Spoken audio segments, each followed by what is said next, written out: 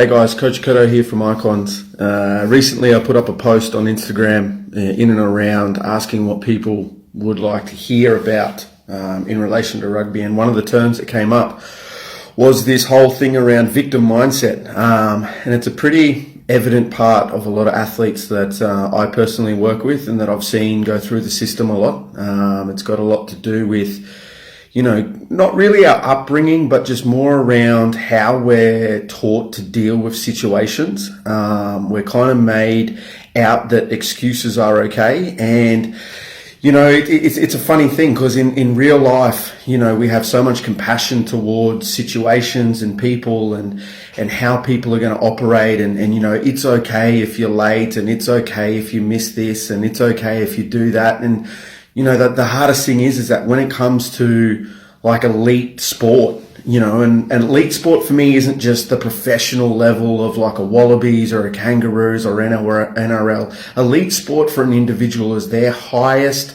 attainable result. And I guess result as in their physical and mental preparation. So elite sport for an individual really has no room for victim mindset. It has no room for excuses. It has no room for, but like I had this on, or I had to do this and I had to do that. And the whole thing comes down to a priority matrix. And we've talked about this a lot in Icons and a lot in how we deal with our youth athletes. And it's really, really scary to see the amount of young athletes coming through the system who don't understand what it really takes. That everything we see is these highlight reels on social media and people getting signed out of school, and this guy made this squad and this guy made that squad, and we get deterred and taken away from the fact of you have to make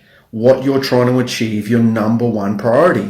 And that has to be, something that you talk with your family about. It has to be something that you can negotiate and understand that if you're not signed to a major contract and you've got to work to pay the bills, then you are going to struggle to find time to put it in for rugby. And it becomes this big conflict of, do I work? Do I study? Do I follow my passion and follow my dream? And it's funny because, Gary V's out there at the moment flipping the bird at everyone and anyone, basically saying, go hard until you're 30 and then think about your life. If you haven't gone hard and hustled, by the time you're 30, 35, you're going to have regrets. And you know what? I'd probably say the same thing about sport. Like, you need to go hard and have no regrets until the point where you go, okay, that's enough. I've either made it or I haven't made it, and now I can focus. Uni is always going to be there. Work is always going to be there. But your footy career isn't, or your athlete career isn't. And that's something that a victim mindset doesn't understand. That a victim mindset goes, oh, but I have to do this. Someone told me I have to do that. And the worst thing is that people are constantly giving advice based on what they think is best for that person, and it comes from a perspective of their knowledge. I would 100% seek out advice, especially for footy players, from people who aren't, aren't in their circle, someone completely different. Go talk to a business owner or someone successful in kind of, university studies. Go talk to a psychologist or someone who's extremely successful in their market and go ask them what's their biggest regret. And 9 times out of 10, they come back to something that was 10 years ago where they go, I wish I did this. I wish I did that. And for the athlete, the victim mindset on a daily basis destroys your ability to basically come out and train to your peak performance. We talk about this a lot. A peak performance. Training is not training. Training is not going out and doing an hour session and ticking a box. That's not what it is. Training is going out and ticking your box, but doing it at an optimal performance rate. Especially in the gym. If you've got guys out there who've got detailed programs and it goes rep and weights per exercise, what I do for a lot of my guys, and a lot of S&C coaches do that as well, then that's great. Follow the system, but don't miss the system. If you miss a session, you're messing with the whole complex of the whole program. And especially for even skills, like, have you done enough? The other thing we talk about on this, on Icons, is the 40 hour, like the 4,000, 10,000 hours. Sorry guys, I'm getting muddled up. 10,000 hours. You know, have you done 10,000 hours of passing? Have you done 10,000 hours of tackling? Have you done 10,000 hours of decision making? You know, I speak to a lot of coaches and they come back with the number one thing they say to players is, oh, he's not there yet. Now, what the heck does that mean? And it basically comes down to there was 3 or 4 situations in a trial or a game or what they've watched where he made the wrong decision. There was a better decision on play and he made the wrong decision or she made the wrong decision. Okay. Now this comes back to that knowledge and understanding of training where you could have spent over the last 6 months 50, 60, 70 hours worth of decision making, but you're reliant on club training because you have work. You're reliant on 3 gym sessions a week because you have work or study, and you're reliant on maybe 1 extras, which everyone thinks is going for a run or kicking a footy. You know, what about actually detailing on tape and watching video and going, wow, he should have passed because he saw this shape in the defense, or he saw this defender doing this and that's why he went in and away, or stepped on the inside shoulder, so that you learn to identify visually content coming at you so that in the spur of the moment you make a better decision.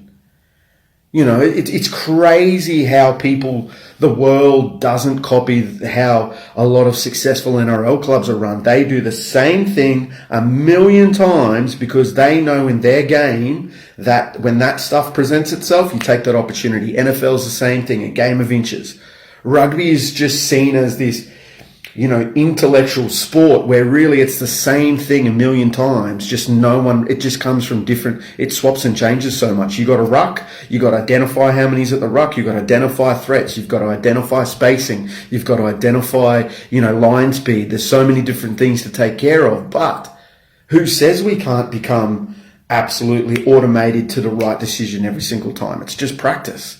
So my thing around the victim mindset is that when you talk about being a victim, oh, you know, I had work, or oh, you know, my dog was sick, or, you know, someone passed away in the family, and, you know, I get it. Compassion is huge and we have to be compassionate on a personal level, but your sport does not give a shit about your family situation. You know, it's oh, this or that. There are no excuses in results.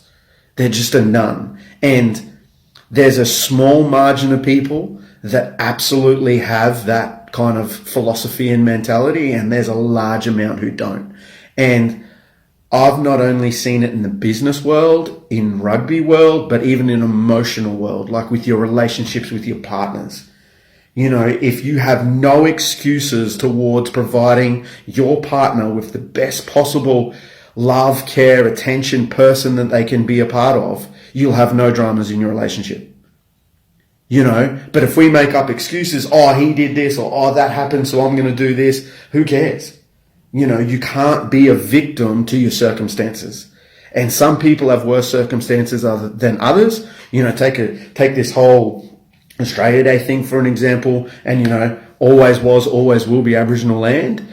And the thing that annoys me is that people say, oh, go get over it. And that is just the most stupidest thing in the world, because you can't tell someone to get over it. What you have to do is provide a platform and a forum for people to be able to use their experiences. And I'm not talking about the Aboriginal people anymore. I'm talking about footy, where you have to be able to use your experiences to basically obtain a higher result. You know, if something happened to you yesterday and it affects you today and you let it affect you tomorrow, that is a choice. That is a choice.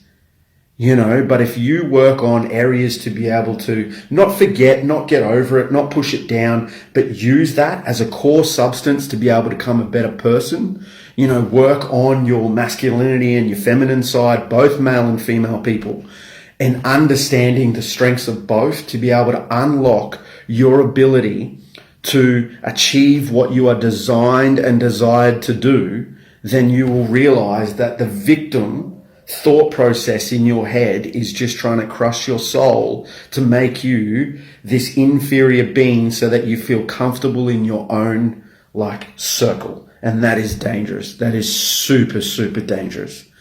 All right, guys, if you want to chat about this more, I'm more than happy to discuss this with anybody. If you have any problems, please reach out to me. If you're struggling with any situations to do with your training, then reach out to either myself, Manny, or anyone from the Icons team. Guys, God bless, and I look forward to talking to you soon. Peace.